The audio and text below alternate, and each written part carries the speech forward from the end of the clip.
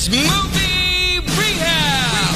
This is where we assign Jen a movie to watch over the weekend because before she came to Kick, she had seen very few movies. And so anytime someone would reference a movie, I wouldn't know what they were talking about. No, she would just sit there going, I don't know what that means. And so I'm being rehabilitated.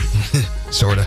Anyway, every weekend we assign her a movie to watch. She goes home and watches it and then comes back on Monday and gives us her review between 1 and 10 of what she thought about it. So what am I watching this weekend? You are watching Casino. And I think you're going to like this because you love The Godfather. Loved it. And this is very similar. So this is Francis Ford Coppola did Godfather. Mm-hmm. Martin Scorsese did this movie. Yeah. He's also the one that did Silence, by the way. Oh, cool. You love that one. Yeah, so this is a 1995 epic crime film that follows Sam Ace Rothstein, played by Robert De Niro, who is a Jewish-American gambling expert handicapper who's asked by the Chicago mob outfit to oversee the day-to-day casino and hotel operations of the Tangiers Casino in Las Vegas. So it's kind of the Las Vegas version of The Godfather is what this is. Okay. Other significant characters include Nicky Santoro, played by Joe Pesci. Joe Pesci! Yeah. And he's a made man and childhood friend of Ace, and Ginger McKenna, played by Sharon Stone, who is amazing in this movie. A streetwise chip hustler whom Ace marries and with whom he has a daughter. So it tells like the operation of the casino, the difficulties he confronts in his job, and a lot of the fictional stuff that happens in the movie is based on real stuff that happened in Las Vegas. Oh, cool. Okay. Almost all of it.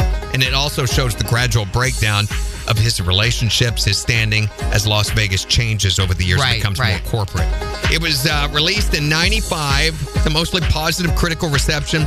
Stone's performance was singled out for acclaim. She got a Golden Globe Award for Best Actress in a Motion Picture, Drama, and a nomination for the Academy Award for Best Actress. Good for her. So it's rated R. It's not free anywhere because that ain't a thing anymore. Right. But you can watch it on a number of platforms. Peacock's one of them. I think Prime has it for rent. Peacock, if you subscribe to, you can watch it on there. All right, so I'm going to watch Casino over the weekend, and then I'll come back on Monday, rank it 1 to 10, and let you know what I thought about it. With Jen's Movie Rehab. This is where we assign, what's her name over there, a movie to watch over the weekend, because before she came to Kicks, I had seen very few, if any, movies before. Very few. She'd always shut her eyes and scream at the top of her lungs when one was on, get thrown out of theaters all across the country and everything. I mean, it was the story of my life. So anytime someone would reference a movie, I wouldn't get it. I wouldn't know what they were talking about. So we're rehabilitating her by giving her a movie to watch every weekend. It's usually one that the rest of us have already seen, and we're like, what? You haven't seen that? What the heck? Where you been living? Under a rock? And the answer to that is yes. And then I come back on Monday, rank it 1 to 10, and let you know what I thought about it. So over the weekend, we assigned her the movie Casino with Robert De Niro, Joe Pesci, Sharon Stone. I loved this movie, which, I mean, we figured I would anyway. You know, the mafia thing. I'm super into it. I thought it was super fun. I wasn't really sure. It was kind of an interesting setup because it starts out with what you think is, you know, the lead character's death with his car exploding. Right. And then you get a lot of, you know, going back and forth between him and Nicky kind of telling their stories of growing up together and how they came to Las Vegas and how he was trying to be legit. And Nicky turned into this, like, massive mob boss, essentially, you know, robbing places and breaking kneecaps and murdering folks and burying them in the desert and stuff. That whole desert scene is the most violent, one of the most violent scenes I've ever seen in a movie, I think. The baseball bats. That was brutal at the end. And then they're buried alive on top of that. You can see them still. Oh, gosh. It made my skin crawl. And the fact that they were just so passive and indifferent about the way that they were kind of, I guess, just taking care of business, executing him. It was wild. It was wild.